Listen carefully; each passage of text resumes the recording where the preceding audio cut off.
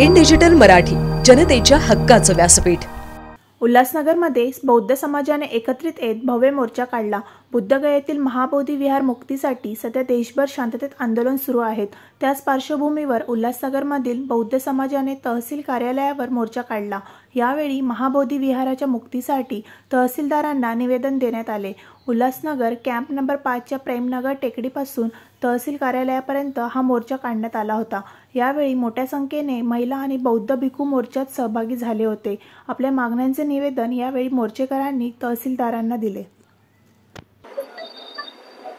1950 साली BTMC act जो बिहार सरकारने बौद्ध गयेवर लादला, खऱ्या अर्थाने आधुनिक भारतातला तो बौद्ध धर्मावरील सर्वात मोठा अन्याय होता।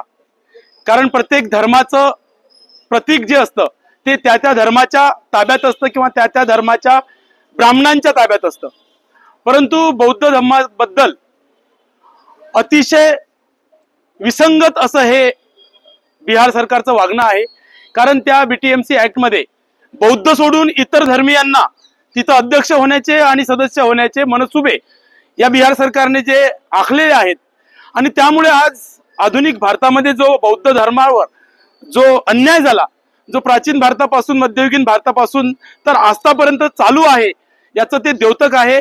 खऱ्या अर्थाने बीटीएमसी ऍक्ट हा बौद्ध धर्मासाठी जाचक आहे। तिथल्या आमच्या ज्या धम्माची जी भिक्खू संघ आहे त्या भिक्खू संघावर हा खूप मोठा अन्याय आहे। कारण भिक्खू संघाच्या ताब्यामध्ये ते बौद्ध गया विहार असायला पाहिजे, परंतु ते नसताना तिथं दुसऱ्याच लोक कब्जा करू पाहतायत।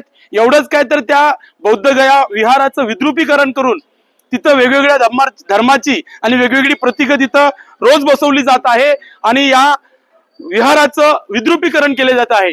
ज्या धम्माबद्दल, ज्या बौद्धाबद्दल संपूर्ण जगामध्ये अशी मागणी आहे की भारत देश हा बौद्धांची भूमी आहे, त्या बौद्धाच्या भूमीचं मुख्य प्रतीक असलेलं बौद्ध गया बुद्ध विहाराचं हे जे विद्रुपीकरण आहे ते तत्काळ थांबवलं पाहिजे आणि बौद्ध गया ही बौद्ध भिक्खूंच्या ताब्यात दिली पाहिजे। त्यासाठीच संपूर्ण भारतामधून हा आवाज आंबेडकरी अनुयायांच्या वतीने बुलंद करण्यात येत आहे आणि बौद्ध गया बौद्ध विहार हे भिक्खू संघाला मिळावं, बौद्धांना मिळावं आणि तिथला अध्यक्ष आणि सर्व सभासद हे बौद्ध धर्माचे असावे। कारण असाच आपण नियम लावतो राम मंदिर उभारताना, मस्जिद उभारताना किंवा एखादं दुसऱ्या धर्माचे प्रतीक चर्च उभारताना, तेच नियम बौद्ध धर्मासाठी लागू असावे। यासाठी आंदोलन आहे, शांततेच्या मार्गाने आम्ही हे रॅलीचं आयोजन केलेलं आहे। 5 नंबर पासून तर तहसीलदार पर्यंत आम्ही शांततेने तहसीलदार साहेबांना निवेदन दिलं, परंतु जर असं होत नसेल तर नक्कीच शांतता भंग होण्याची सुद्धा शक्यता नाकारता येत नाही। हेच मी याद्वारे आपल्या मीडियाद्वारे सांगतो। जय भीम, जय महाराष्ट्र।